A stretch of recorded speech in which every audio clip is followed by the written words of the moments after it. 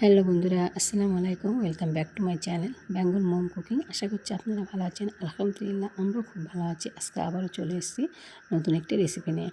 দেখতে থাকুন, পুরো ভিডিওটি দেখতে থাকবেন। আশা করছি আপনাদের খুবই ভালো লাগবে। আমি আমলকি নিয়েছি এখানে আর বিট নিয়েছি। আপনারা দেখতে থাকুন পুরো ভিডিওটি। তারপরে একটি পাত্র নিয়েছি আর গ্রেট নিয়েছি। গ্রেটের সাহায্যে আমি এটা গ্রেট করে নেব।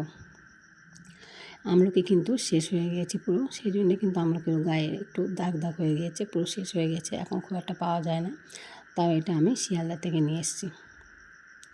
দেখো আমলকিগুলো গ্রেট করা হয়ে গেছে। এর মধ্যে কিন্তু আমি বিট দিয়ে দেব।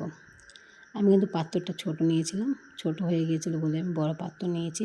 যেহেতু এটা রোদ্রে দিতে হবে শুকানোর জন্য, ওই জন্য বড় পাত্রটা নিয়েছি। তার মধ্যে কিন্তু আমি দুটো বিট নিয়েছি। বিটটাও এরকম করে গ্রেট করে নিতে হবে। এটা কিন্তু অবশ্যই আপনারা বাড়িতে বানিয়ে রাখবেন। আমলকি তো শেষ হওয়ার পথে, শেষ হয়েও গেছে। তা এটা কিন্তু বাড়িতে বানিয়ে রাখলে কিন্তু সারা বছরের জন্য সংরক্ষণ করে রাখতে পারবেন। খুবই একটু উপকারী জিনিস। আর একটু আমি আদা দিয়েছি, একটু আদাটাও কিন্তু গ্রেট করে দিচ্ছি। আদাটাও গ্রেট করে দিচ্ছি। এর মধ্যে কিন্তু আদা, আমলকি আর বিট দিয়েছি, সব কিছুই উপকারী। তারপরে আমি এক চামচ নুন দিয়েছি। যেহেতু এই নুনের পরিমাণ মতো নিয়ে দিয়েছি। একটু বিট লবণ দিয়েছি, একটু চাট মশলা দিয়েছি। চাট মশলাও 2 চামচের মতো দিয়েছি। দিয়ে তারপরে চিনিটা পাউডার করে দিয়েছি। চিনিটা আস্তে দেওয়ার দরকার, একটু পাউডার করে দিলে ভালো করে মিশিয়ে যাবে। পাউডার করে দিতে হবে। তারপরে আমি 3 চামচ আমি লেবুর রস দিয়েছি। টেস্টটাও যেরকম সুন্দর হবে, খেতে কিন্তু খুব সুন্দর হবে, ভালো লাগবে।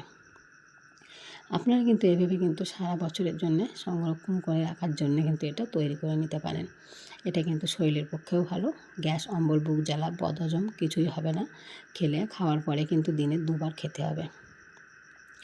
যে কখনই খান না কেন কোনো অসুবিধে নেই, যেহেতু খাওয়ার পরে 2 বার খেলে কিন্তু এটা ভালো হয়। আর এটা যেহেতু বিট দেওয়া আছে, এটা কিন্তু ত্বকের সাহায্য করবে, ত্বক ফর্সা হতে সাহায্য করবে। এগুলো দিয়ে ভালো করে আমি মিশিয়ে নিয়েছি। মিশিয়ে নিয়ে 2 দিনের জন্য আমি রোদে দিয়ে দিয়েছি। রোদ্রে দিয়ে পুরো শুকিয়ে নিয়েছি। নিয়ে দেখুন অল্প কটা হয়ে গিয়েছে। এটা কিন্তু আরও হয়েছিল, কিন্তু আমি রোজই খেতাম। শুকোনোর পরে আমি খাওয়ার পরে শুকনোর আগেই আমি খেয়ে নিয়েছি।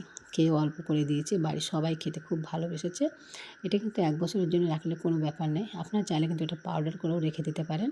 এটা পাউডার করে পানির সাহায্যে একটু পানিতে গুলে কিন্তু 1 চামচ করে দিনে খাওয়া যাবে। কিন্তু আমি এটা পাউডার করলাম না, এটা কাঁচের জারের মধ্যে রেখে দিয়েছি। এটা ভাত খাওয়ার পরে কিন্তু এটা খেলে খুবই ভালো, হজম করার জন্য সাহায্য করবে।